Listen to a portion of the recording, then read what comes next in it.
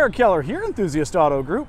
Today we're at EAG's HQ yet again, and we have a very special video today. It's going to be kind of a first look of first looks. We've got quite a few really cool and special cars coming to market that have been going through EAG's Rejuve program, the inspection process, getting ready for market, to getting ready for the studio, all different steps and stages. And we're going to focus today primarily on this final model year 2002 S54 powered Z3M Coupe. It is Estoril Blue on the gray-black two-tone. It is a super exceptional example that is a previous graduate of EAG's Rejuve program. And it's among the best surviving examples left, and certainly one of the most desirable colors. We're going to also feature a couple first looks that have some pretty significant stats, like an Imola Red M5 that has a really awesome interior, a second carbon black M5 with just 3,000 miles, one owner. I mean, that one's going to be a fun one. That whole video coming up on that car. Hello, Eric. It's Mark from Dallas. Just wanted to send you a little video. E39 arrived yesterday. I could not be happier. Everything I've bought from you is top notch. This, along with the E92 you see there in the background, the E46, just absolutely incredible, top notch. Everything you say comes true. Cannot wait for the next one. We're going to also feature this Lime Rock as another EAG repeat visitor that has graduated EAG's program not once, not twice, but thrice, and goes all the way back to the original owner. I also would like to take a quick brief minute and shout out and thank you to, Mike, of course, for this Z8 purchase. It's a European spec that we have done a couple cool little updates, like some Alpino wheels, and we're going to go through for a second round of small updates to make this just exactly the way that he wants it for him and his significant other. And congratulations to Carl. This was another first look video. He was he was the first caller and snagged this before several others. I think we probably could have sold 6 or 7 M-Coupes of similar stats as this one. So if you do have any other Z3M Coupes and you're looking to find that next loving enthusiast home, and same with the Z8 for that matter, we have several buyers ready to go on Z8s. We just need to find ones that hit EAG's quality metrics and would have those spoken for in quite short order. Of course, we're always buying E39 M5s and Z3M Roadsters. If you have any of those too, EAG is open for business and buying as much quality stuff as finds us these days. And congratulations to Jimmer in order as well for this really awesome Alpine White on Imola Red Z3M Roadster that's just finishing its final rounds of quality control going through the Rejuve program. Both those Z3s are on their way out, where this Estoril is freshly on its way in. The storyline on this car is pretty cool. The first 2 owners, just 2 years or so, 2.5 years, New York residents, they logged 14.5, almost 15,000 miles. And the car was traded in to a family independent dealer. And this family independent dealership certainly had an affinity for BMWs, and the son, about my age, certainly loved himself some Z3M Coupes, and had, I don't know if it was half a dozen or a dozen up until the point of finding this one. Certainly an enthusiast through and through, and I think we did a couple of deals back in the day on different Z3s that they had come through their dealership.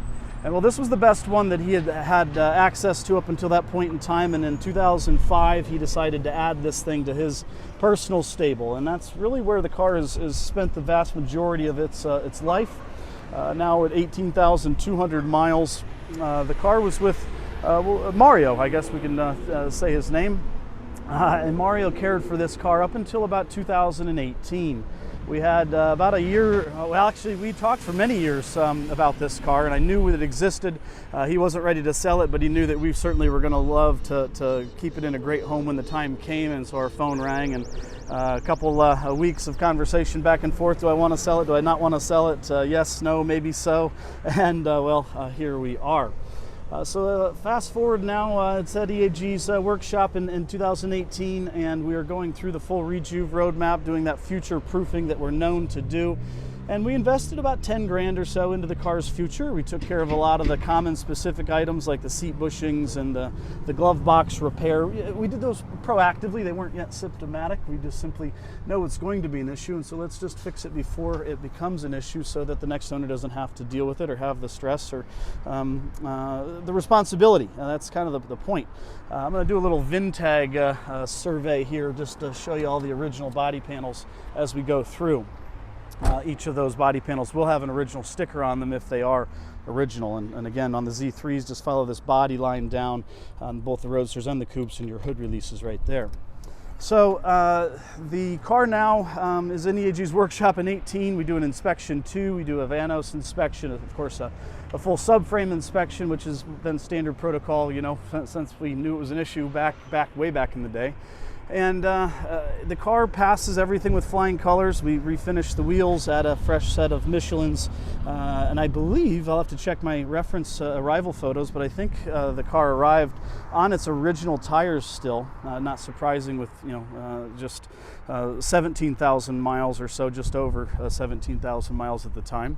And then we have a multiple repeat client in Charleston, West Virginia, physician, really great guy, a couple, maybe 10 years older than myself, and been a longtime BMW enthusiast, longtime EAG client as well. And he and his wife, they certainly love themselves some M, and I think this was, their fourth EAG purchase. And I remember him telling me the story as he's in medical school, walking into the dealership and seeing the Z3M Coupe for the first time and just falling madly in love. It cast a spell on him, as this car, this chassis, this shape has a tendency to do. It is a very polarizing love or hate car, as we know.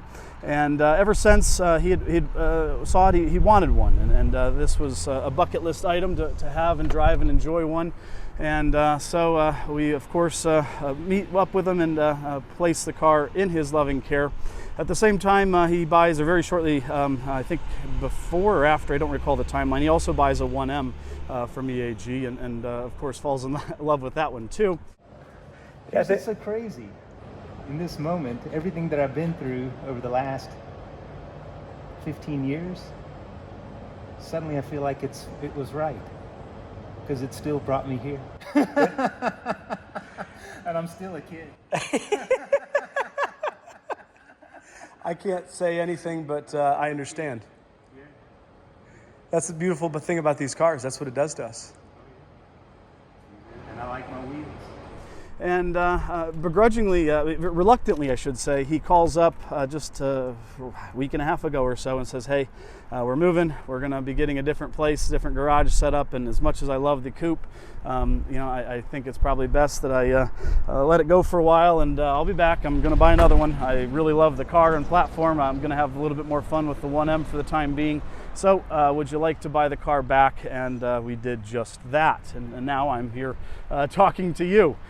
Before we end, I'm going to jump in the office and go grab the records and the file on the car to share that with you as well. But just want to do a quick little teaser lap again with these first look videos that are going to be coming up soon. We've got that Imola Red M5. That is a EAG Rejuve program graduate circa 2000 and I want to say 10 or 11. That's one of the first Imola M5s that we procured, and just an exceptional example. We placed that car in southern South Carolina, yeah, and a great enthusiast home for the next decade, and now at 32,000 miles it has returned home to go through the Rejuve program yet again, as the Alpine White EAG M2, the 2016, pulls in from its final test drives. That car just sold and is heading to another repeat client. So I guess I might as well congratulate Joe and Jamie on that one. That's going to be a great car for you guys, and certainly looking forward to writing the chapter with that one. And this 3,000 mile Carbon M5. Looking forward to sharing the video on this car with you. It's got a really cool story. I'm going to save that for its video, I suppose. And well, a whole lot more cool stuff is coming in the pipeline, so if you don't see what you want on the website, you're going to want to stay tuned to the YouTube channel. These first looks are where we're dropping a lot of the new cars that are arriving for the first time, and this keeps the car's path with that enthusiast network that we're known for. And if you have a really great example that you're looking to put up for adoption, the adoption agency is open, and we're certainly looking forward to bringing some more great examples in to complete the program and set them up for success with the next loving enthusiast. I have to add that the best thing about the Z3M Coupe, it's not the looks. In this case, it's not the color, even though it's a really fantastic color. For me, it's the drive, and getting behind the steering wheel, getting into this cockpit on this side over here, you know, it's nothing short of a missile.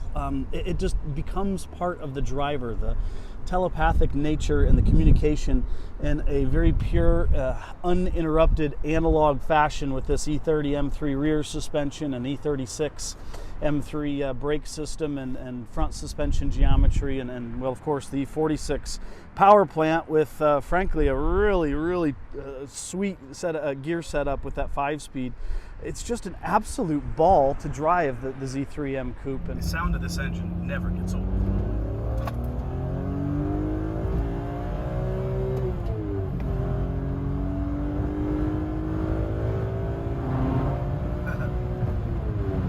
The experience and the perspective that we all have driving the newer stuff is very different than what our perspective was back then, and the journalists back then, again, were basing their opinions on the perspective that they had at that time, comparing it to the older cars, you know, the 80s and 90s. And you know, jumping into one of these today, it's for a lot of enthusiasts, I'm getting feedback that it's way better than they remember. Well, it's different than they remember because their perspective today is very different, and that's it's a beautiful thing. I realized that this morning as I'm driving this car into the shop. I did a nice drive home and back to get reacclimated to the car and well, fall back in love with it again.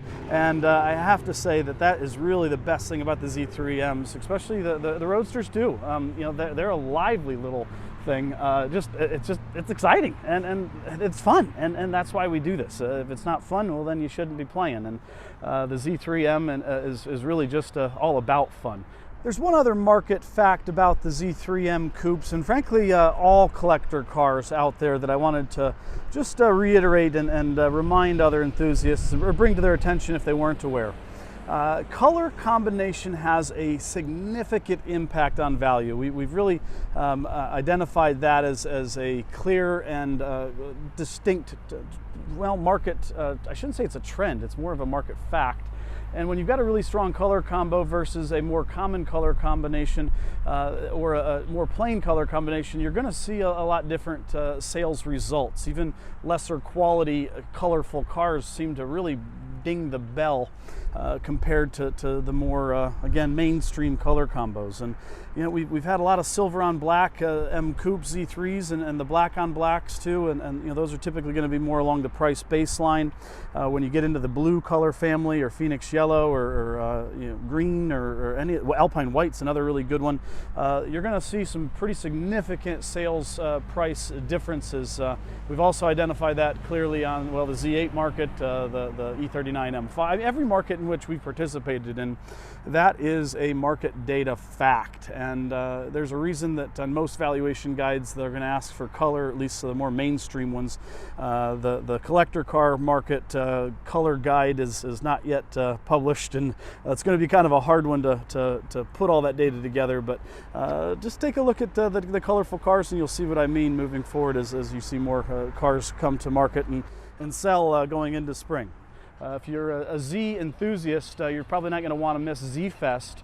That is in July. I think it's July 5th or thereabouts. It's going to be in South Carolina. It's going to be at the Foundation. It's going to be a really cool event with some really cool guest speakers. I do plan on attending with some of the EAG pit crew, so do check out the BMW Car Club website for that, as well as MX1, which is coming up real soon. That is in April 10th, I believe, again on the BMW CCA website.